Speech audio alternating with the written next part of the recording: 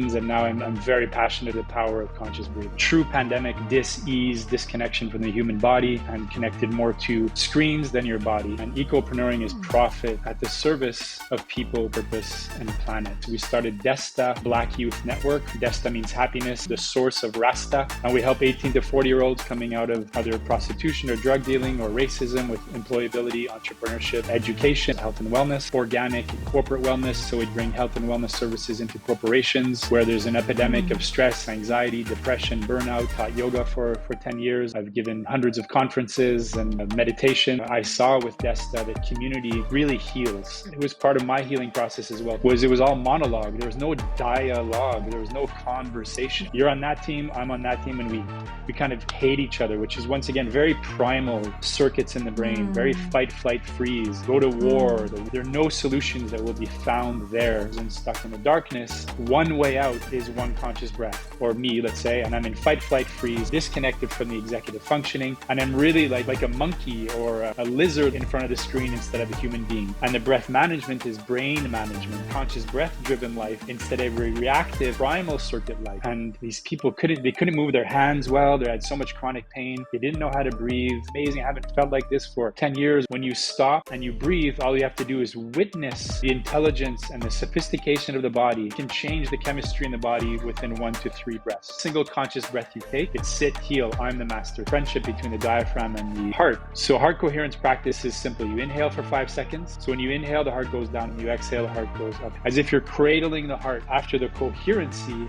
for those 5 minutes, you're in what I like to call sort of a ninja state, a Jedi state, a sensei, a Buddha state. I can get into a coherent state very quickly. This is 1% of your day inside the mind, and the heart is going to start to run the primal circuits. The Human Club is people that want to be part of the solution. Community is definitely part of the solution. A new co-lead to really ask the question, what does it mean to be human? And one of the side effects of call it neo-capitalism is the lack of community, more isolations. And that's behuman.club. This is a worldwide, international, and I think this conversation transcends borders. And you want to be part of the club, send us an email. I think we urgently need new systems that serve humans and the planet and the animals, the next generations. So the story of what one person can do.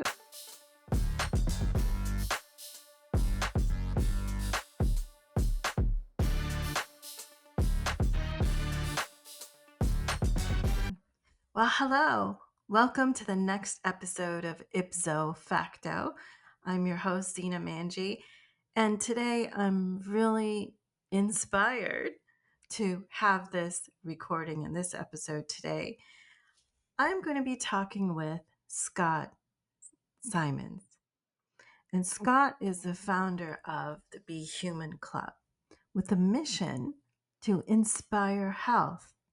And I met Scott recently at a mastermind event in Montreal. And in that event, we started with this session with Scott. And I learned a tremendous amount in a very short time about things of the body and about breath and movement and mental acuity and mental health, but also how all of this comes together for me in that moment: mind, body, breath, spirit, all coming together to really charge my energy up and zone in so I could be my best during that mastermind. And I was so inspired by this because there's science behind this. There are simple things that we can all do to make our daily lives much better and be really in tuned to your body. So today, Scott, I'm so happy to have you on stage. And I see you've got the best t-shirt that anyone could have. This is what it's all about, and this is what this episode is about.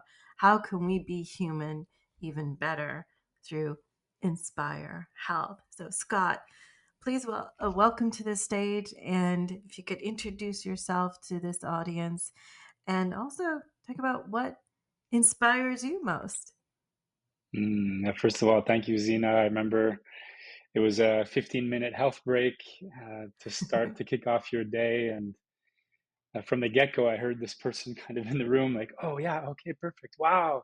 Just kind of giving me verbal feedback, and it was wonderful just to feel that I had someone that kind of got what we were doing. And so thank you for that, and I love the encounter, and thank you for inviting me here. Yeah, the quick introduction, I guess, is I read a book, I think in 2010, called Ecopreneuring. And ecopreneuring is Hmm. profit at the service of people, purpose, and planet. And I guess I'd always been an ecopreneur. I was very lucky. I met my mentor when I was 19, Steve Sims, and he was all about service and compassion and giving back to communities and the planet. So he instilled that in me. And the journey brought us into really a posture of service. And together we co founded a community wellness center in 2004.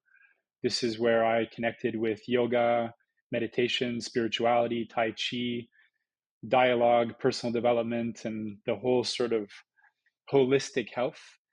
That in that building, we wrote a grant and received 250,000 from Human Resource Canada to start an alternative school for the Black community, because where we built Hmm. this community center was in the heart of, let's say, a ghetto, the highest concentration of low income housing in North America at the time, which is crazy. I didn't think it was in Montreal.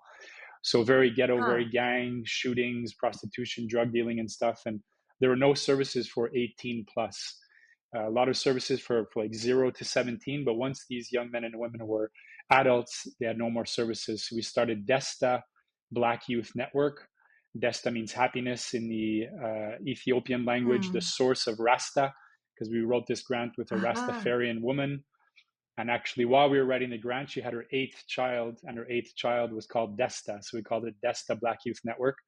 And we help 18 to 40-year-olds coming out of either prostitution or drug dealing or racism with employability, entrepreneurship, and education, and of course, health and wellness. That same year, I started a company that I ran for 18 years, organic corporate wellness. So we'd bring health and wellness services into corporations where there's an epidemic of Hmm. stress, anxiety, depression, burnout, because people are working 40 to 60 hours a week out of the 168 hours in a week and are simply not investing in their health. If you don't do that, then it leads to this true pandemic. I feel the pandemic of dis-ease, disconnection from the human body, disconnection from Yeah. other human beings, and the isolation, and connected more to screens than your body. And it just creates these workplaces that do not inspire health in my from my point of view. So we were sort of like wellness concierge services to bring health and wellness into the workplace. And then in 2018, I started the Be Human Club, kind of in, I was going to say response, but more in reaction to where I felt humanity was. I was looking Yeah. at the climate, I was looking at the education system, politics, geopolitics, finance, the violence on the planet, and I just felt that we were failing as humanity. And if we were to come together and either breathe together, move together, and reclaim higher ground and Hmm. connect to the much more evolved human executive functioning instead of being stuck in the primal circuits in the brain, blue against red, vax, non vax, I'm right, you're wrong, trying to prove to Yeah. each other who's right and wrong. Can we transcend all that and respond to each other instead of react to each other to find solutions that truly contribute and serve the next 7 generations, not just the next four Yeah. years in politics? So, Be Human Club is a club of people that want to be part of the solution, that want to either practice daily and connect to their bodies so they can serve humanity more effectively. And throughout that, I taught yoga for 10 years, and I've given hundreds of conferences and meditations, and now I'm very passionate about the power of conscious breathing. Conscious breathing. Wow. I mean, so much you bring forward there, Scott, in such a different way than what I've heard before. I actually Mm. didn't know about this particular origin story and your progression from how you started. So really quite fascinating. Mm. And yeah, I guess when you really come to where can you really show benefit is when you're in a highly stressed environment where people are suffering, right? And they're suffering as a community.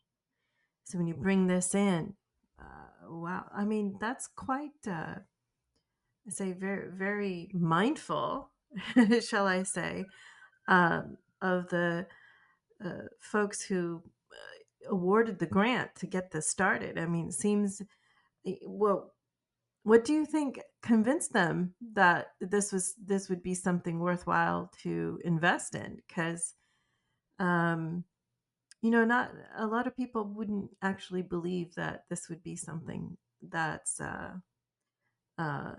worth it would sound more like physical exercise type thing or whatever, but you were there was more to this, right? And so can you talk a little bit about that process on getting the award to get started, especially Hmm. in this area, because there was a great need. I mean, how do you bring forward a solution such that someone's going to invest in it to kind of get this started? Uh, I would imagine you would have seen um, a lot of people transform in whatever ways as they went through this. So, could you also talk about the grant award process and how that came about? What type of discussions were there before the grant was awarded? And then also the people that you work with, uh, and Desta, right? What were people's reaction uh, and experience that you observed? It's great. It's rare that people focus on Desta, so I love talking about it. So thank you for kind of double clicking on that. I was lucky enough to get help when I was age 19, 20, and that's where I met Steve, and then he transformed my life from kind of a kid that was going nowhere, failing through school, and Mm. getting into drugs and alcohol. I actually met him at a treatment center for kids that were kind of partying too hard, or a drug rehab, if we call it that. We spent 3 months in the woods. I remember going into that experience and coming out completely transformed. So when Steve and I were given this kind of rundown building to turn into a community center, I walked around. It was called Little Burgundy in Southwest Montreal. And I Mm. went to all these community centers, and I realized that, okay, there are a lot of services here. And then the last one I went to, called Tyndale St. George's, somebody said, you have to meet Francis. So in my mind, Francis was a white man for some reason. I had no idea. And Francis turns the corner, this beautiful Rastafarian woman, black woman. And it was just instantly an instant connection. I don't know why, because we come from very different pasts. And she said, Scott, there are no services for 18 plus, and there's this grant that we can go get for 250,000 Ah, from Human Resource Canada. In the initial years, the actual participants were paid, 35 hours a week, so they could learn how to manage their money. And I remember the grant process. We wrote the grant, and it was quite a long grant to fill out. And then it was about a year and a half of going back and forth, as you say. It just wasn't interesting. happening. And this is 2004, 2005. So this is pre Facebook and pre YouTube almost, and the power Hmm. of video. But I asked one of my friends, I said, get your camera. We're going to walk around Little Burgundy, and we're going to ask these young men and women if they need a service like this. So we went into kind of the hood, if we call it that. The Yeah. guys with the gold teeth and the things, on Hmm. their hands and stuff, and just real. You could see it, gang members, beautiful, wonderful people. And we interviewed them and said, "Do you feel we need a project like this?" And their answers would blow anybody away still to the day. And unfortunately, I think we don't have that video, but it was such a beautiful video. And I remember we Wow. put it on a CD-ROM, and I sent that in to our agent after a year and a half of back and forth. And literally, I think a week to 2 weeks later, we got the confirmation. We received the 200. It was initially 200,000, and we got another 50,000. Anyway, we got the 250,000 because of the power of Wow. video, the power of testimonial, the power of having Yeah. the guts to go and ask right in the streets, in the alleyways, do we need a project like this? And I think he felt, the agent, that it was urgent and important for this community that we offer services to these young men and women to help them go from that transition, for anybody from teenage to adulthood, but in these conditions, even more difficult, because of where they were coming from. Wow, that's quite a story. And it really brings into sharp focus that when we're embarking on something new, really to go deep and see where is the need and what type of need is there, right? So you're really looking at what problem are you trying to solve, and will this solution or will these services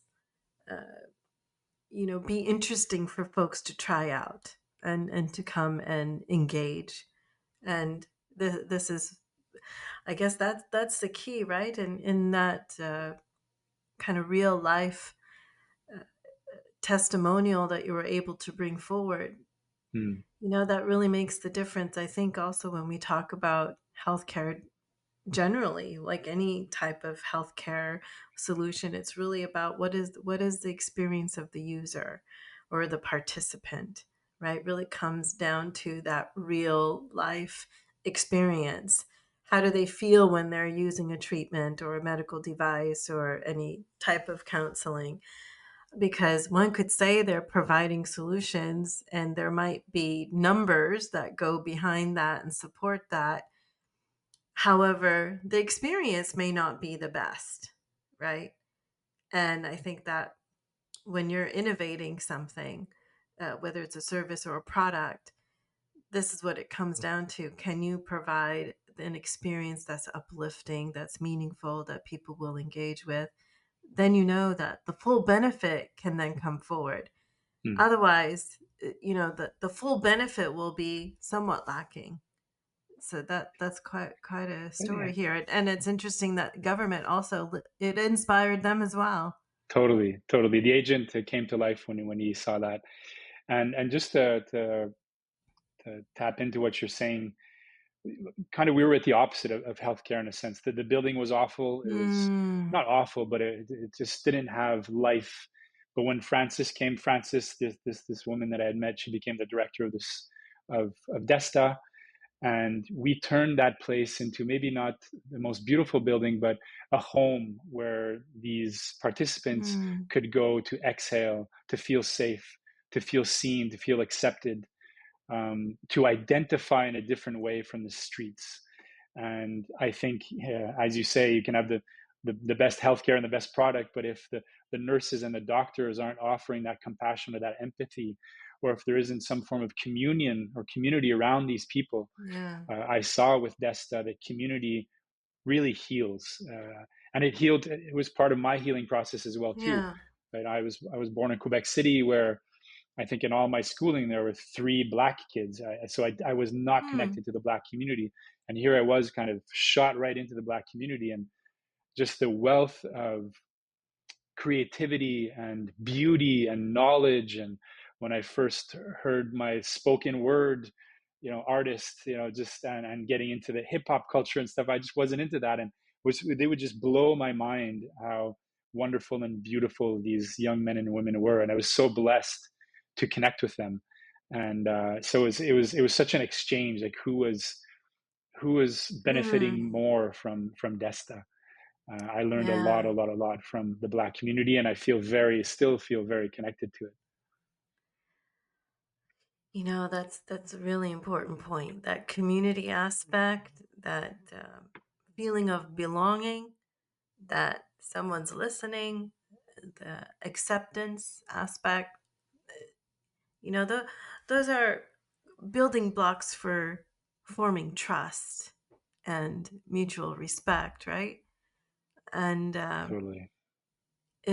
for someone to make themselves vulnerable to go through a life transformation, or to try to engage something that maybe takes them off the streets, at least for a few moments, to engage, there has to be that environment, that community to lean in and be vulnerable and get into the unknown. Where is this going to take me, right? That's it's a Hmm. bit scary, so you got to feel a bit safe to go through that. And you also were experiencing this, like you said. I mean, it's we all learn from each other, right? Yeah, yeah, Sometimes I feel, at least in the, maybe it's a somewhat past cultural thing, where there's this colonial aspect, right? I'm going to go in And, maybe it's not even necessarily intended to be superiority, but this Mm. colonialism, mindset where I'm going to go and give to people who are in need. Yeah. And really, where you find the most benefit is that you're going to work with people that they can then work within their own community and gain that autonomy and give them the resources that they can create themselves and lean in and engage themselves. And you're there learning with them alongside on what works best in their community and their environment. Yeah. Yeah. One of our first participants, a young man that's still a friend today, actually. So he came into Desta and then started his own moving business. And then I think a painting business. Anyway, he still has his moving Wow. business to the day. He has 5 kids. And now Oh, in his wow. business, he hires Desta participants to work for his company. So you can see the fruit sometimes. Just that story is enough, and there's so many more. But Mm, this young man that now I guess he's in his late 30s or something. He's more than a young man now, but I'm so proud of him as a father, as a business owner, and now giving back to Desta and even hiring, giving Desta participants opportunities to find employment and keep employment. So you never know the ecosystem that you're creating when you contribute to a project and you believe that you can be part of the solution. And Desta really has been part of the solution for the Black community in Montreal, which is not an easy target. It's not, like, oh yeah, let's mm, start something for the Black community. It's not like the number one that will get the most funding. Of course, after the Floyd incident, we got, I think, from yeah. 2006 until the Floyd incident, I think cumulatively we got maybe $30,000 of individual donations over 15 Hmm. years. After the Floyd incident, in 3 months, I believe we received over $200,000 in 3 months. So it's crazy Wow. what the Floyd incident did to bringing awareness on racism that had been around for so long, even in Yeah. Montreal. And it's Hmm. unfortunate that it took that. However, it did benefit Desta in beautiful ways, and we've reinvested that money. And so, yeah, all that to say that you kind of never know what the ripple effect will be when you commit to a beautiful project that's purpose driven. Yeah, that's fascinating, and I think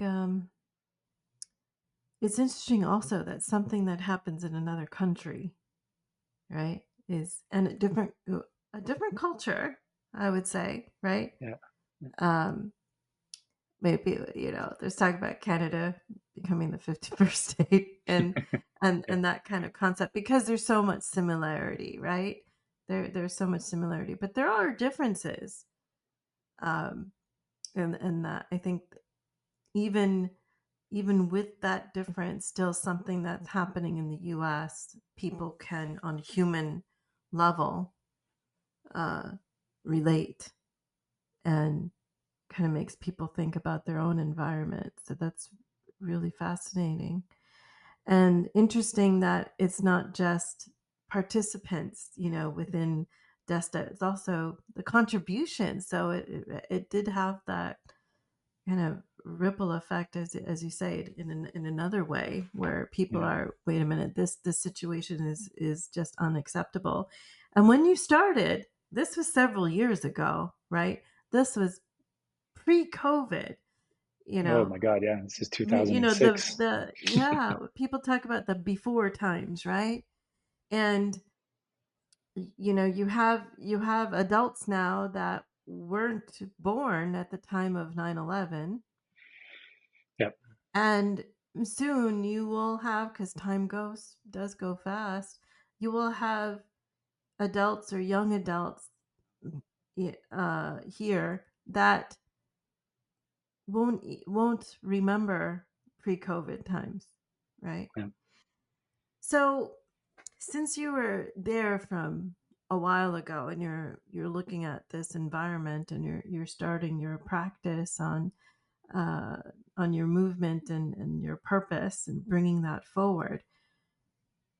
And you recognize, you said even on a global level, right? You recognize this situation of where people are going through extreme stress, and you're kind of in an extreme stress environment where, with Desta. And then you've worked with corporations and you expanded into different areas and different places of stress and different types of Yeah. stress.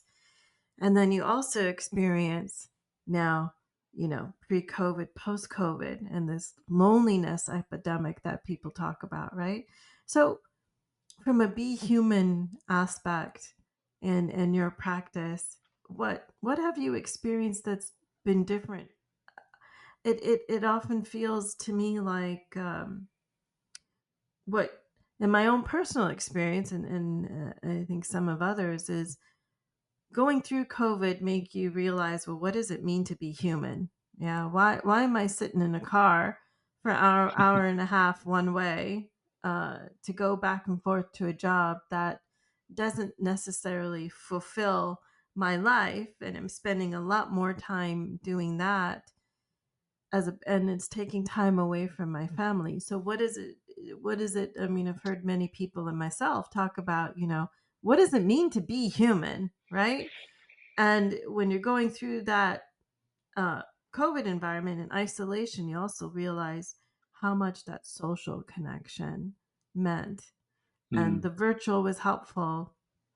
But as we came out of COVID, there's a better appreciation for that touch, that sitting face to face. And when it comes to health and healing, that makes such a difference. So I'd be interested to hear uh, your observations on that transformation of decades and experiences and COVID coming in between. What have you observed in terms of uh, what people are experiencing and what they're going through, and what have you seen? That is it a different type of stress that people feel now, or what's your experience? That's a good, it's a huge question in a sense. There's so many different angles. For sure, from the corporate aspect, pre-COVID, post-COVID, just the downtown core has completely changed. Where will office buildings go in the next years? People Mm, working remote. How do you build a corporate culture? How do you onboard an employee? Um, Pushing to more isolation. So, of course, more mental health issues, more disconnection from the human side. I think it's led to, unfortunately and fortunately, um, this pandemic that I'm talking about of stress and anxiety and disconnection from the human body and more connected to phones and screens. I mean, 95%, I read the other day, 95% of people in North America don't do 30 minutes of movement or exercise a day, and mm, 50% do zero. So wow. pre-COVID, we were sitting maybe about 8 hours a day on average, which is already awful. It's like, that's alarming. Yeah. The body, evolved for millions of years, or hundreds of thousands of years to move. We have 24 mobile vertebrae to move. And then during COVID and post COVID, we're up to, I don't know, 12, 13, 14, 15 hours. And there's more Uber Eats and Mm, Netflix. And unfortunately, this opportunity to actually get out of our comfort zones that COVID could have offered us, it mm, unfortunately pushed us even more into our comfort zones. And once again, unfortunately, it's riskier in 2025 to stay in your comfort zone than to get out of it. These solutions to the yeah. problems on the planet at the moment will not be in your comfort zone, will not be in the comfort zones of the education system, the political system, the financial system, the healthcare system. We need to get out of these systems to find systems that will contribute and serve. To do that, though, it's a very uncomfortable process. However, discomfort is such a great teacher. Like I guide people Mm, through thermotherapies. We go into the sauna for 15 minutes and then to the cold, and we're so comfortable in North America that people have to push themselves into discomfort to yeah. manage their breath and to manage their nervous system, to learn how to stay resilient in Mm, uncomfortable situations, because our lives mm, are so comfortable, but they're dangerously comfortable at the moment. It's really easy, I find, to kind of control and manipulate people when they're stuck at home all the time and just looking at screens. And you mentioned earlier the truth. It's so hard to find the truth these days. People Yeah. are since COVID, it's been very, very hard. Where is the truth? What are you grabbing onto? What's your grip? And Yeah. the church used to be something, whether you religion or not. There was some people would grab onto that, and there was community there. Now, once again, the vax, non-vax, blue against red, I'm right, you're wrong, and then you can find 1,000 YouTube videos that will confirm your thinking and 1,000 that won't. So how do you navigate through that? So, I Yeah. mean, in response to your question, in a good way, I feel that we're very, very lost. And that's uncomfortable. However, that's how you find yourself, is when you're lost. It's that Hmm. we're so used to even having Google Maps and this and that. No, nobody gets lost anymore. And feeling That's lost is right. deeply uncomfortable. Depression is deeply uncomfortable. Burnout is deeply uncomfortable. However, you learn so much when you're in that darkness, and people are resisting that. However, we need to go through that discomfort to find something, as I mentioned earlier, that to reclaim higher ground so we can look at the game board with a different lens. Another thing I feel is, and what we unfortunately didn't do once again during COVID, was it was all monologue. There was no dialogue. There was no conversation.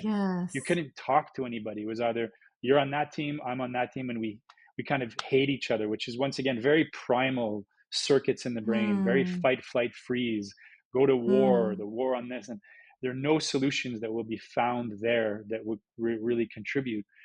So, for example, with Be Human Club, and I think part of the solution is, can we bring that conversation back?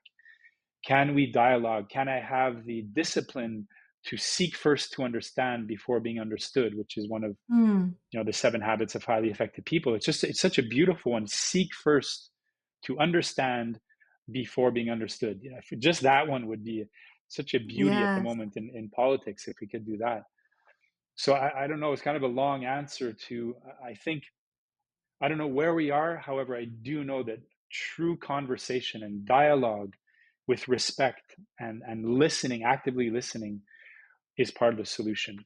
And that one other one is that word that was destroyed in the last years is Hmm. conspiracy. So inspire, expire, conspire. Conspiracy Hmm. simply means to breathe together. It's a beautiful word. And if we were to do this, the leaders of the planet or whoever is running the show at the moment, if they were to sit down and take, let's say, 10 conscious breaths together to tame, because breath management is brain management. So to manage their brains, to Yeah. manage the primal reactions inside of them, connect to the executive functioning so you can listen to each other, find solutions, and converse instead of I'm right, you're wrong. So the true conspiracy, I feel, is at that solution where human beings come together and breathe consciously, calm down their nervous systems, and respond to each other instead of react to each other. Yeah, I think that's incredible, right? We're coming back to the basics, I think, right? Which we've all forgotten, or, we've forgotten what we ever knew. And uh, if you go back to primitive times, you know, people were moving because they had to. Totally. And I think there's this artificial uh, practices in life that has come on board that we all kind of think is normal, and we enjoy some aspects of that, but sometimes I think it's become so deep and ingrained that we forget what it is to be human, to pay attention to our bodies. And so you mentioned, the connection of breathing and the brain, right? And you also mentioned how many of us are not moving. We're sitting, and that's actually become worse, right? As we go more remote, we don't have to move around too much. If it's No, from the desk in your house, it's from one room to another room, and if you're a workaholic, you're really not paying attention. Where, another benefit of COVID and the experience of COVID and remote work is, for those who engage in it and take this as an opportunity, hey, I can I can go and take a walk during, Yep. this so-called lunchtime, right? I can engage with my kids, for an hour or so in the afternoon and come back. And there's all these opportunities of how we engage with our time that's possible. And then there's the other side where people are moving less because they don't have too far to go and they're not intentionally Yeah. making those choices. So there are choices that are in front of us. So, where we met was in that environment where we're in action. Yeah. And as you say, I was reacting a lot in the moment because it just felt so good. And it was reminding me of things that I've also learned but had forgotten. And so I really it was really resonating with me, those practices that you were taking us through.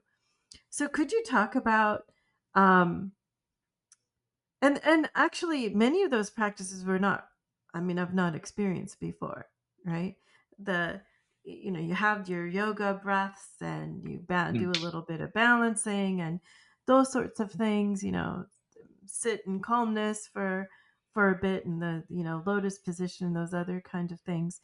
But you actually went further than I've experienced before, in very particular types of movements as well. And you were talking about how even to breathe and how to move and how these are all connected and with your brain and your mindset. So could you go through some of those what did you how did you come to learn these things, because you did say you went into yoga practices, but how did you come to bringing this forward in like a corporate environment? And you know something, you can't go very deep sometimes, but you have to be very choiceful about what you're going to take the audience through that experience, right? To let Hmm. them learn. So, can you talk about that? And also, I guess some of the basics to start with on how does breathing connect with the brain and um, your cognition and your kind of physical performance as well. So I guess, yeah, one of the questions there was, how did I get into it? Well, corporate definitely pushed me into the science. Their language is science. You can't go in there and talk about the chakras necessarily, or spirituality. Do an om, or sing a Yeah. mantra. So and I guess what I saw very, very quickly in 2006, starting in 2006, was the disconnection of these human beings, these employees, from their body. Um, when I started organic corporate wellness, I had just come back from Thailand. I'd spent 6 months in Southeast Asia. I was doing Muay Thai boxing over there. I came back and I was in pretty much Mm. top shape. And I was moving just like I felt how I've always been athletic. So I remember I went to this office building on the 22nd floor and we did a health break, a 20-minute health break. And I just started to move, and these people couldn't move their hands well. They had so much chronic pain. They didn't know how to breathe. And after 20 minutes, I was like the god of health. They're like, my God, thank you so much. This is amazing. I haven't felt like this for 10 years or 5 years or whatever it was. And like, this is extremely basic. So like, what do you do in your life to have so many benefits from just a 15 to 20-minute practice? So that's where I saw the disconnection from the human body, the disconnection for the breath. And then I got into yoga, and then I got into breathing and the anatomy of breathing and Mm. the biomechanics of breathing. And also I Mm. ventured into several depressions of my own, several dark spaces of my own, Mm. and saw how the breath helped me, conscious breathing practices helped me get out of these practices and prevent me out of these depressions and prevent me from going into other depressions. So I saw not only the theory of it and sharing it with other people, but I could experience it on my own, the power of conscious breathing to tame those 40 to 60,000 thoughts we have per day. And Mm. when you're in a depression, or let's say when I was in depression, this is my experience, those 40 to 60,000 thoughts, 96% of them are destructive, paralyzing, keeping you in stories, keeping you in the past, scared of the past or scared of the future, whatever it is, feeling inferior or whatever was going on, but very disconnected from the power of now, disconnected from the present moment. And one Mm. conscious breath disconnects you from the past, the future, and judgment and reaction, and um, Mm. connects you right into your power. And we breathe 20,000 times a day. So you start to realize when you're stuck in the shadows and stuck in the darkness, one way out is one conscious breath out of those 20,000. And I remember in 2010 or 11, my first depression, because I've had a few of them, the power of, okay, take 3 conscious breaths, and now 3 times 3 conscious breaths, and maybe take 100 breaths per day, and now start doing pranayama, which is breathing practices in the yogic tradition, and starting to Mm. see a bit of freedom that these practices were offering me. And then the more I studied it, the more I realized that there's this beautiful, beautiful friendship inside the body between your heart and your diaphragm. And I never knew about it. They didn't teach me this in school, or maybe they did. I wasn't listening. I wasn't a very good student. I'd never experienced and had the knowledge of how important that friendship is.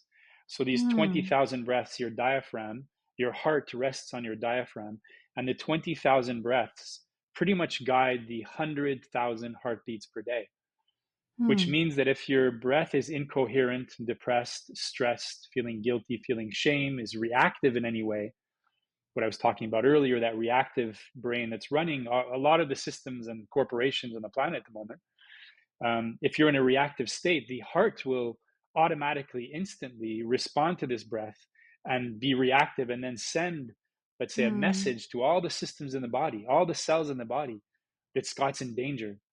However, Scott's in danger because he's sitting at his screen and he got an email or something, or he didn't get enough likes on Mm. Facebook, but the body is going into a reaction as if a lion is Mm. running after him, or me, let's say, and I'm in fight, flight, freeze. All the blood goes to my extremities, Mm. less blood in my vital organs, disconnected from the executive functioning, and I'm really like a monkey or a lizard, let's Mm. say, in front of the screen instead of a human being. And that's Right. supposed to last 2 minutes where we run away from this experience and find safety. However, people are doing this day in, day out for years and decades, completely disconnected from their potential, because they're completely disconnected from the breath, from that conscious breath. And the breath management is brain management. So it's either the Mm. brain or the mind that's running your breath from a primal place, or you're conscious of your breath, and the diaphragm and that heart and your diaphragm and the breath is leading the mind. And the more you practice the conscious breathing, coherent breathing, the more coherency and resonance you're bringing to the body, you start to have a heart and breath, conscious breath driven life, instead of a reactive primal circuit life. And that's where things start to line up, Mm. and you start to see the posture of your life start to be more of service, and you're starting to respond Yeah. to life instead of react to it, as I mentioned earlier. And all this starts, in my mind, from the conscious breathing practice. Wow. That's amazing. And I think so much that we don't even think about, right? We often think about, I think breathing is, it just happens. You're talking about conscious breath, right? And how that controls or can control, can modify, can mediate so many other things that are happening that we're not even paying attention to, right? And usually I think when we go into that reactive mode, we're not usually looking inwards, we're looking outwards, like what are other people doing? uh, Other people are causing stress. I'm in a stressful environment. And what's really coming forward to me here in what you're saying is that we have some level of control in how our bodies can resist reaction, but really keep that sense of calmness and not go into those, primal monkey brain, lizard brain, reactive things that actually put us in a stressful state that it doesn't help anyone, because then there's a ripple effect in the negative way, where you're reacting and you're saying something, and it just, and then other people are reacting to that, and then it just blows out of proportion, right?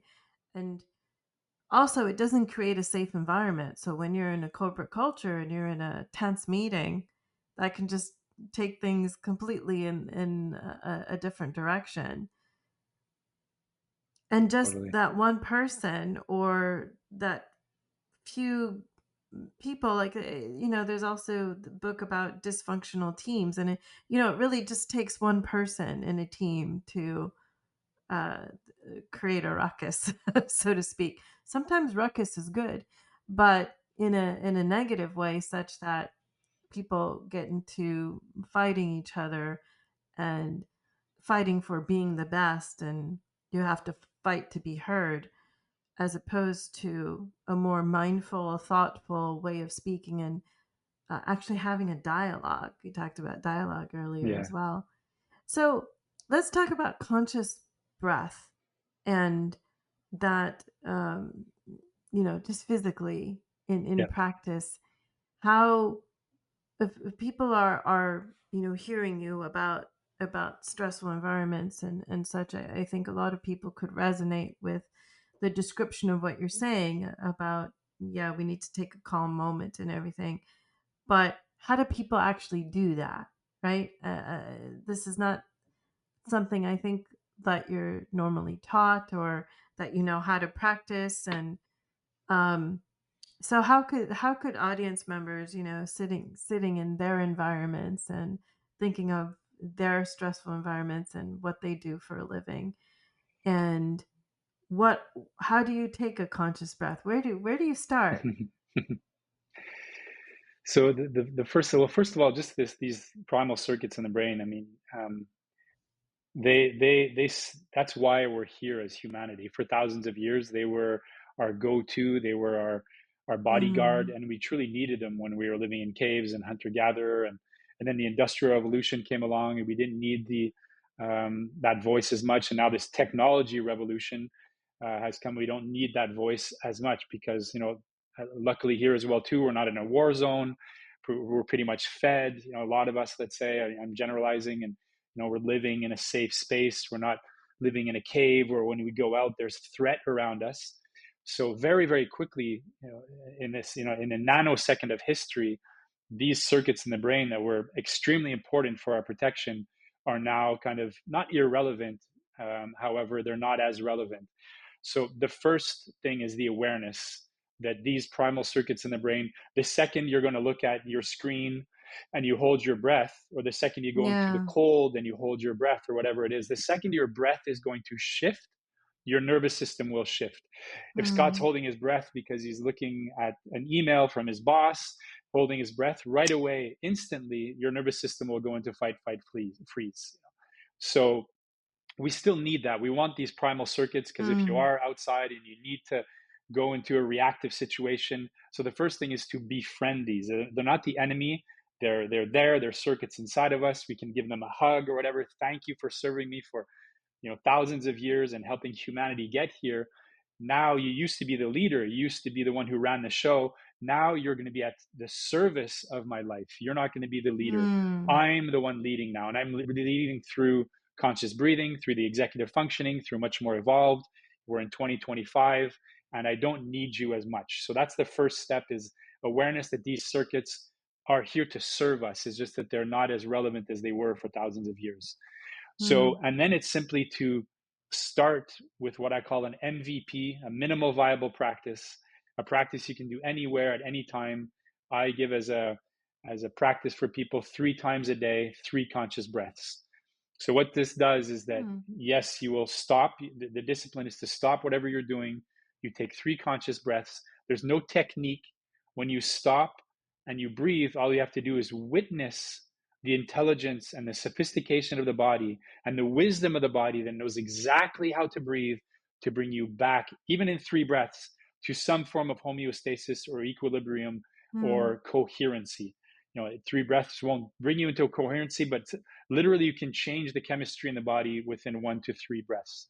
not drastically, but still you can come back to the power of now. If you do that 3 times a day, not only will you get the benefits of conscious breathing, but it's kind of like um, you're taming the voice as well too. It's like sit, heal to those primal circuits in the brain, because Hmm. the second you take a conscious breath, it's like sit, heal primal circuits in the brain. You're it's like a little chihuahua, let's say. So you're going to dog training classes for the brain. Every single conscious breath you take, it's sit, heal, I'm the master. Sit, heal, I'm the master. So the more you practice that, the more you realize that this voice that was once maybe your enemy or whatever, it's starting to become your friend, or it's starting to become at the service of your health instead of destroying your health. And then the more Hmm. you practice, the more you'll become aware of, oh, one sec, stress is coming up. I'm holding my breath. It's really self knowledge is the cure to all this Hmm. ease, let's say. So you're starting to get to know these reactions more. And instead of staying in that reaction, you're taking one conscious breath and you're getting to that response place. And when you respond, you're responsible now for what you're going to say, what you're going to do. Instead of a reactive Hmm. action, it's much more of a pro action. And the more you practice, you go from kind of an amateur of your health to a professional of your health. And I feel everybody needs to become a pro on their health. Nobody can just say, oh, yeah, I breathe on Sundays. We need professionals at the moment. It's urgent and important that everybody that can, let's say adults or even teenagers, start to take responsibility for their health, because your health, your stress, your anxiety, your mental health is your responsibility. And if everybody takes responsibility for their health individually, we will rise collectively. However, it starts with that individual practice. And so it really starts with awareness, I guess, right? Just sitting in Such a key step. awareness. Yeah. Yeah. And just focus on your breathing. And so I guess to begin with, you there's no technique as such. The first step is just to be aware, catch yourself, and take a moment, right? And just observe your breathing. Um, and I guess that in and of itself is kind of a calming aspect. Can But I jump in there just quick? yeah, If absolutely. so, if you can, if you're not driving or anything like that, because we're not blinking as much in North America in the past years because we're looking at screens so much. Ah. So the eyes are pretty much the brain that was pushed through two holes. So the eyes and the brain are like best friends as well, kind of like the heart and diaphragm. Mm, So seeing as we're not blinking as much, the six muscles around each eye that keep the eyes open are really, really tired. So if your eyes are mm, tired, your brain is tired and your nervous system is tired. So if you mm. can have the luxury of closing your eyes, which will already calm the nervous system a bit.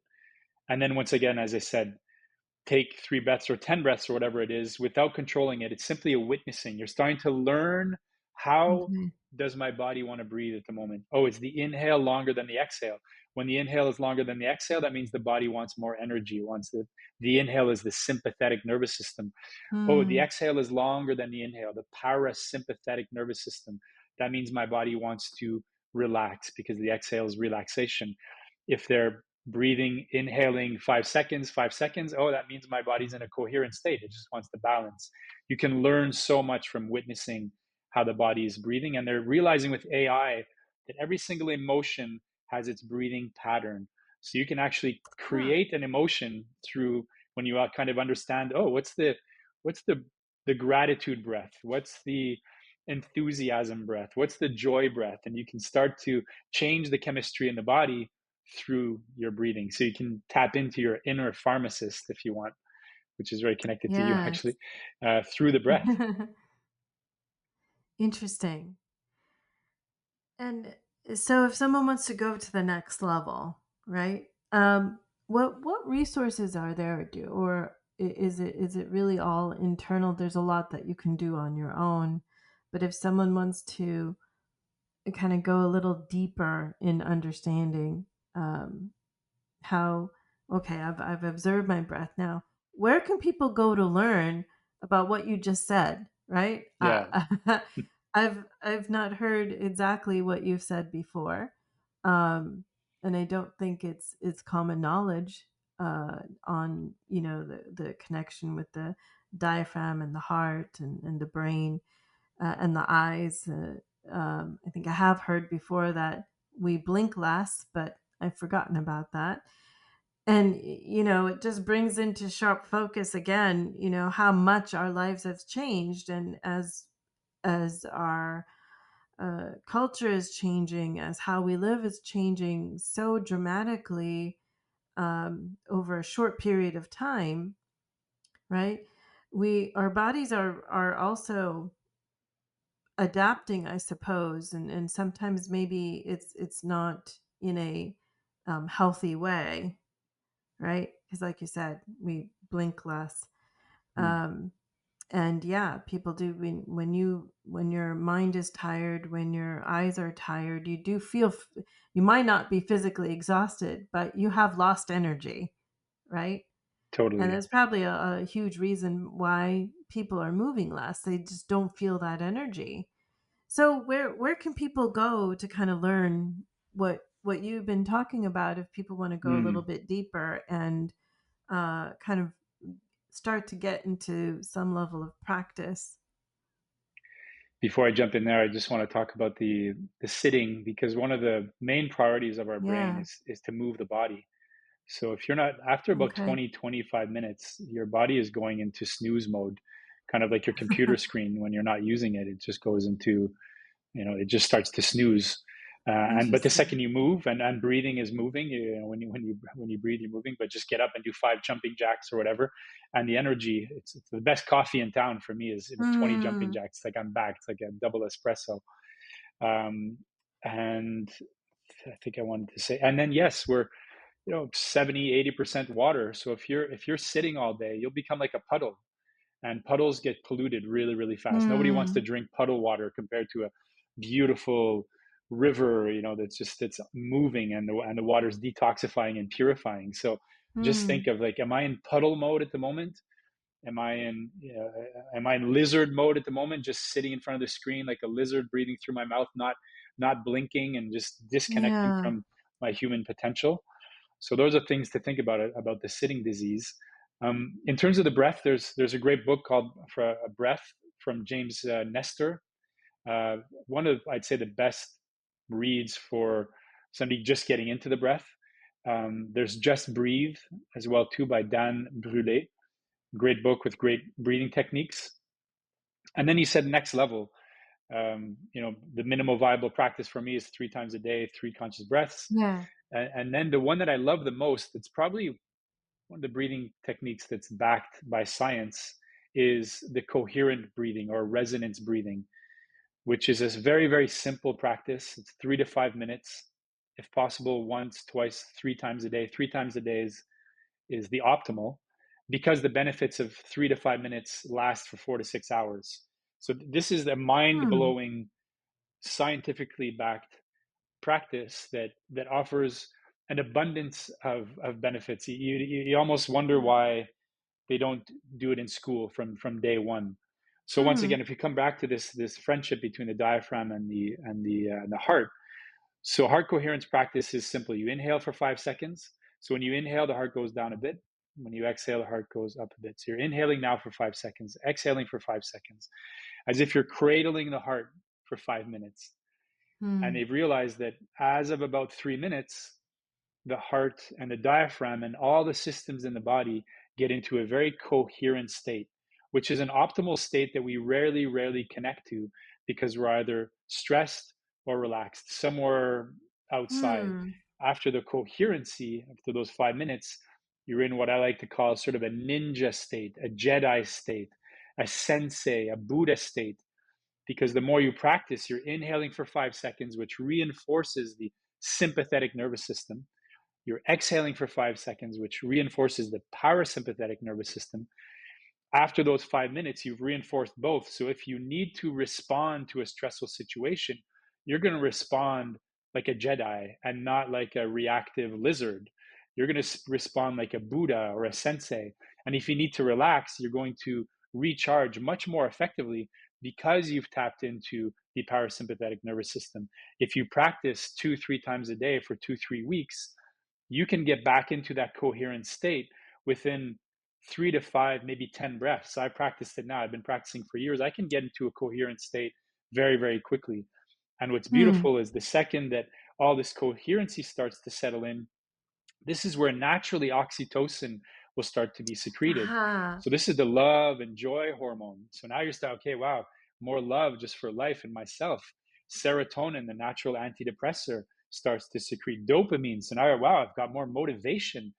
Mm. DHEA, which is in French, it's l'hormone de jouvence. It's like the young hormone. I don't know what it is in English. You won't Mm. necessarily be not a, you won't age, you won't be younger next year necessarily, but you won't age as fast.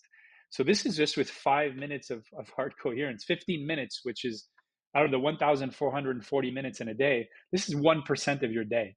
And 95% of people in North America aren't even investing that into their health. So we're talking about 1% Mm. investment for all these benefits. And of course, your blood pressure will go down, but also you're taming that voice inside the mind, and the heart is going to start to run the primal circuits instead of the primal circuits running your your uh, your body and your life. So you have a much more coherent life than an incoherent life. So I'd say the next step to Aha. that would be to start practicing that. Start maybe in the morning if possible, 5 minutes. Start with 3 minutes if you find that too much. But you're Mm. going to see, you're going to start to feel this coherent state.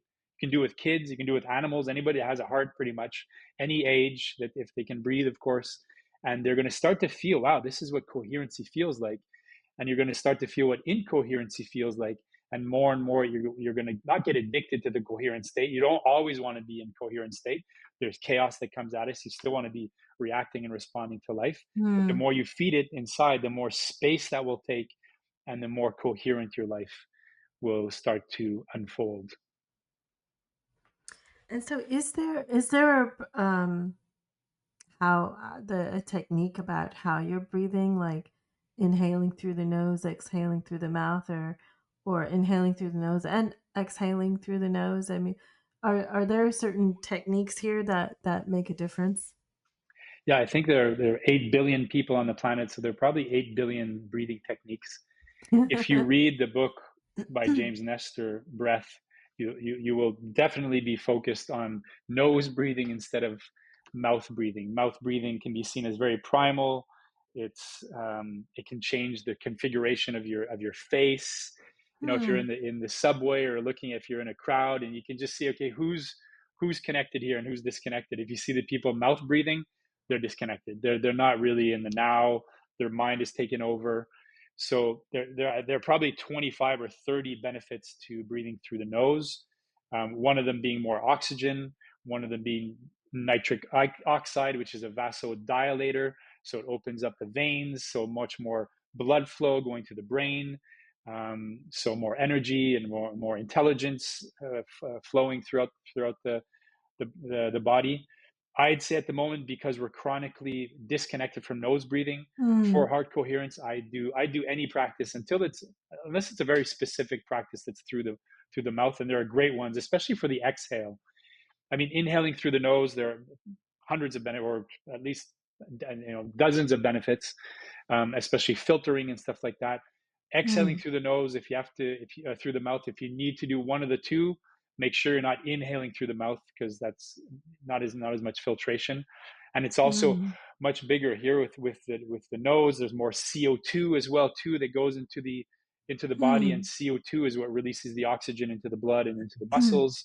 So especially for athletes, as much as you can breathe through the nose, there's the Oxygen Advantage book. That's a great book if you want to unpack much more scientifically the power of CO2. It should be called CO2 Advantage instead of Oxygen Advantage, the book. I did the training. It's a great training. Um, so if I'm training somebody, I'd say inhale 5 seconds through the nose, exhale 5 seconds through the nose, because the nose was made for breathing. And then if you want to try other practices, do it. But for this, I'd say stick to nose breathing. And if you're not convinced, read the book Breath by James Nestor. Wow, that's amazing, Scott. And when we were at that mastermind, you also went through not just breathing, but also some physical movements. Because as you talked about, there's a lot of sitting that happens and it constricts blood flow, right? And it's an unnatural state, I suppose, for our bodies to be in for such long periods. So there are some exercises that we actually went through that I think are atypical of what you normally go through in kind of corporate, you know, um, arenas. But you were explaining as well, especially through the hip and other movements you were talking about. And some of those movements was putting ourselves into a discomfort state, so to speak, but also kind of it stretches you. You felt so much better after you did this. So can you talk about some of those movements that um, could help people on a daily basis? I guess you'd be describing, since it's a podcast and not an in-person Yeah, session. of But there was course. some science behind what you were talking about. So is that something you can describe and talk about? Yeah, I mean, for sure that the sitting isn't really the problem. It's not the chair that's jumping at us and killing Hmm. us. It's not moving really that's the problem. Hmm. So when we're sitting, as I mentioned, we become polluted. We disconnect from the executive functioning. We're not as connected to our potential, and we're losing energy fast. So when I give health Hmm. breaks, so actually my company Organic in 2006 started with health breaks, as I mentioned, on that 22nd floor. 10-minute health breaks with movement, dynamic stretches, counter posture to the sitting disease. So we're very flexed, our legs are flexed, our hips are flexed. So getting people into back extension, opening up at Hmm. the heart as well too. We're very protracted with the shoulders. That means forward motion with the shoulders. That's awful for your posture and really awful for that friendship between the diaphragm and the heart that we were talking about. So just retracting the shoulders, bringing the shoulder blades Hmm. together, opening up at the clavicle, opening at the heart, at the solar plexus, going into external rotation of the shoulders. We're very much an internal rotation of the shoulders, which atrophies the pec muscles, the pectoral muscles, and pectoral muscles are Hmm. inhalation muscles. So by simply going into external rotation, for example, your palms are facing up towards the sky instead of down toward the ground, let's say, just a simple movement like that, external rotation, the body's going to thank you. It's like, wow, I've been in internal rotation for 15 hours now with my phone and whatever it is, the keyboard. Thank you for opening up. This is going to help me breathe more effectively. Thank you for going into extension of the knees and the leg, let's say, instead of flexion all the time, and opening up the front of the hips, the psoas muscle, the Yeah. mother of all muscles that connects, to the lower back, to the greater trochanter, to the hip, the hip socket.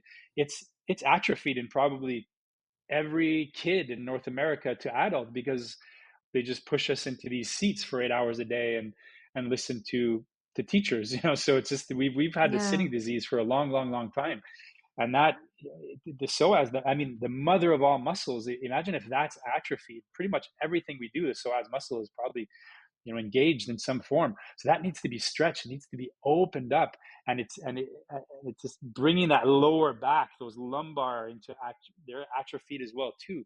They're getting more. Hmm. They don't have as much space, and space is freedom. So we don't have. We need to bring that freedom into the body, and we have to go through the discomfort of stretching and opening up and moving those 24 mobile vertebrae, 5 lumbar, 12 thoracic, 7 cervical, especially the Hmm. cervical. We're putting so much pressure. Trapezius, rhomboid, the serratus posterior superior. I'm getting into maybe some anatomy here, but those are key inhalation muscles as well too. We need to connect to that 360 breath, the intercostal. You know, get into when did you stretch laterally the last time? Like, and Hmm. open up the rib cage on the left side, open it up on the right side. We move so forward and back. We're just like little robots, Yeah. always in flexion and extension. Get into the lateral movement. If you're on a yoga mat, get off the yoga mat. Start to stretch and dynamic and move like the animals we are. And that mobility, and get into the freedom and the flow and the flexibility and the space inside the body.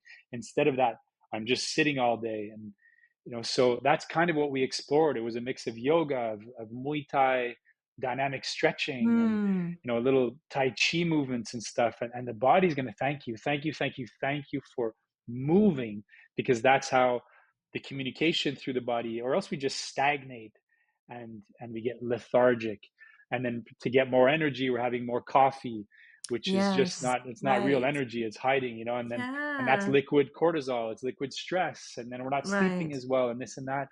And it really comes back to because people aren't moving and breathing consciously. It's almost so simple that even companies, they're like, oh no, we can't do that. They don't get how simple doesn't mean easy. However, the solutions are incredibly simple. Hmm. And there's so much there that we can all just easily get into, right? We just Yeah, just focus on movements, dynamic movement, conscious breathing, uh, get ourselves out of just the back and forth and kind of robotic, but really move our bodies in so many different ways. Uh, and you do feel more energized afterwards. And as you say, you're tapping into that internal human pharmacist, right? As exactly. you described. And I think that's another thing that's so important. Not only do we get into these reactive moments and kind of have the monkey and lizard brain take over, we also become more and more of a take a pill society where, you know, rather than doing anything else or even focusing on nutrition or such, just pop a pill. And I think Yeah, more and more people are becoming more aware of the benefits of nutrition and food as medicine and movement as medicine as well now, and the breathing and such. There's so much we can do to avoid uh, traditional pharmacological or other sorts of treatment that actually may not be necessary if we just moved a little more and we're a little more conscious of that, and how that can prevent uh, you know, difficult situations later on in life, like trouble walking or, mobility issues or hip issues or those mm, things. Because as you were saying, the atrophy occurs, right? And so there's so much wealth of knowledge here, but also it really just we have all the resources within ourselves, is what I'm hearing you say. totally, totally. And the Western medicine, in full transparency, has helped me. I've been on antidepressants before when I was super low. However, I'd done all the practices. Like if there's somebody that's like deeply disciplined, I was going to the gym, I was doing this, I was doing that, and the mind was still paralyzing. So I kind of surrendered to, and it was difficult for me many times. So it, we need to take from the East and the West and build Yes. our own kind of toolkit of what is at the service of my health at this point in time. And if it's medication at that point that you need. However, health is still the most powerful, medicine out there. I feel. What are you feeding when you're eating? Are you feeding your potential, or you're feeding an addiction? What are you Right. feeding when you skip the gym? Are you feeding that chihuahua, that dog that I was talking about that's barking? Are you feeding the primal circuits in the brain? So I love that question of what is this feeding, this next action. If I skip the gym Mm. today, is it feeding my mental health or my mental freedom, my mental dis-ease or my Mm. mental freedom? So it's so personal to every single person. However, as I mentioned earlier, taking responsibility on your health, whether it's 1 minute per day or 1% per day or 2%, which is 30 minutes, that's urgent and important. And people fill those up with whatever it is. It's high intensity training, it's meditation, but something that feeds your health, your posture, your mission, your purpose. And hopefully that will feed, as I mentioned earlier as well, too, those 7 generations. We need to start to think of, because it's the first time in humanity that the next generation might have a life expectancy less than their parents. That's the Yeah. legacy that we're leaving now for the first time in humanity. Mm. So that can switch, though. It can switch rapidly if we collectively, through the individual practices and collective practices, because the collective practices are extremely important. However, it starts with that individual rising up, reclaiming their power, and choosing today, I'm going to do some form of practice that will contribute to the greater good. And whether that whatever that is for you, and you'll know if it's healthy or unhealthy, If not, you can go to Google. There are a billion pages. We don't need more information. We need more action at the moment, real pro Yeah. action. And whatever it is, but just please do it. Like, stand up and do it. We need everybody to contribute to get out of, I feel, kind of what we're going through at the moment. Yeah, amazing, Scott. I mean, you shared so much here, and at all different levels. I think it really encouraged the audience to look at things in a very different way, and simple things that we can do ourselves. It just all starts with self-awareness and awareness of what's happening inside. The question of what is this feeding? I love that. In the moment, we can be conscious of what are we doing and what are we not doing, and that conscious breath. I love that, and you explained so well how everything's connected with the diaphragm and the heart and the mind, uh, and how we feel physically, how that ends up on how we react, how we behave, and actually we can control that in very simple ways, and it all starts with that conscious breathing. You could describe more about the Be Human Club. Uh, if you could take some time Yeah. to describe that more, and then how people can get in touch with you. So Be Human Club, I started in 2018. It's been gently growing. I started with a hoodie that I just put Be Human on, and then I put Be Love, Be Joy, Be You. I think I had Be Yoga at one point. There have been so many different iterations of the t-shirts and the hoodies. Now I have a new co-lead on my team, so we're co-leading to really ask the question, what does it mean to be human in 2025? And there'll be small groups, and then we'll have a co-creation, a conversation that will, from the collective, that will hopefully transcend the individual and find something very, very purpose-driven and action-driven that everybody will commit to in that conversation that will show up.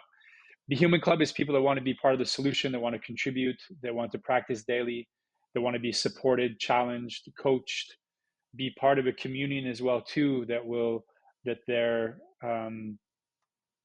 what's the word, committed to as well too, and that we'll check in on them. And that's, so community, as we Hmm. mentioned, is definitely part of the solution. And one of the side effects of this, let's say we call it neo-capitalism, is the lack of community, more isolation. So that communion, Mm. whether it's virtual or in person, is part of Be Human Club, and that's behuman.club. If not, scottsimons.inc.com. And my email is scott@scottsimons.inc.com. And we could put that maybe in the notes or something like that. Please Yes. email me anytime. I love questions. I love connecting with people. I love conversing with people about either their challenges or their inspirations. And this is a worldwide, international. There's some things, as you mentioned, that transcend borders, like the Floyd incident. And I think this Mm. conversation transcends borders. It doesn't matter where you are, who you are. If you want to contribute, you want to take action, and you want to be part of the club, send us an email, and we'll gladly welcome you, open arms, and practice daily, and create a conversation that will inspire us to be the best versions of ourselves. Yeah, that's really beautiful, Scott, and so well said. And so, if is this in person alone, or can anyone come and tap into the club? Well, this event on the 6th will be in person, but if not, the club is virtual at the moment. There's the Facebook page, as I mentioned, and we're trying to find a way to create what is this club? What's the identity of it? People like us do things like this, so we're in a relaunch, re-kick off of the project with Dunya, who who's my co-lead, Yes. and so it will become more. It's the community members that help us define what this is as well too. It's a co-creation. It's not just Dunya and myself that are creating this. It's a Mm. co-creation of listening to what do they need, what do they want. We're Mm. at their service to create something that responds to their needs, and the frequency that they need, and the activities and the retreats and the guest speakers that we can bring to the table to inspire them. Yeah, that's wonderful. And do you still get into the practice of corporate events and things like this as well? You were at the mastermind, like I mentioned. So people Yeah. are interested in inviting you to their events. Is that something that you do? On invite for more and more, actually, July 1st, after 18 years, I've taken a step away from going into corporations and selling them health, let's say, is in quotations here, or promoting health in the workplace. If people want to invite me as a speaker to talk about health and wellness, about the proactive mindset, how to take your power back, how to give your power to the employees as human beings and as a community that's there. And I talk about the 5 pillars of health, the 5 second rule, and I give tips and tricks, simple ways to reclaim your power. I'd love to offer my conference and my presence to anybody's company if I'm invited in. But me going into corporations to sell health, that I think I've retired from that after 18 years. I've tapped out and I'm moving on. Yeah, you're kind of expanding your reach and Yeah. being more in service of people's needs. Like you say, you're coming together as a, if I may describe, as a collective with the Be Yes. Human Club, and kind of organically um, uh, expanding what people are experiencing, but how that can be helped, and different practice and things that, as you say, it's kind of a legacy that you're that this I'll call it a movement that you're bringing forward here, because as you say, it's their generations. And how, let's make sure we actually are being human, and we're serving ourselves and our health, so that humanity can keep growing and expanding, and on the consciousness level as well. Yeah. Let's create systems that serve the human and not just serve profit. I think it's time that we shift in that direction. They can serve both. Yeah. Like profit is great when it's serving people, purpose, and the planet. That's where I started the conversation with ecopreneurship. So Yes. I think we urgently need new systems that serve humans and the planet and the animals and the next generations. 100%, Scott, and so well said. And then thanks for bringing it all back together. I think that's extremely inspiring, and also the story of what one person can do. And it all started with your experience with Desta, and going forward from there and expanding from there, and now bringing it all together. So Scott, I'm so grateful for you coming on the podcast today and us having this conversation. We could talk for hours and hours, and go much deeper in all of this. So I hope this is a kind of a good, shall I say, introduction or reminder, even about uh, things that we can do and how we live and how we have control over that. So thank you, Scott, for bringing that forward. And I hope the audience has really gotten some key takeaways here. So very grateful, Scott. Thank you so much. Thank you, Zina, for this opportunity to share my passion for health and wellness. Keep up the great work. Absolutely. Thank you. Absolutely. Take care.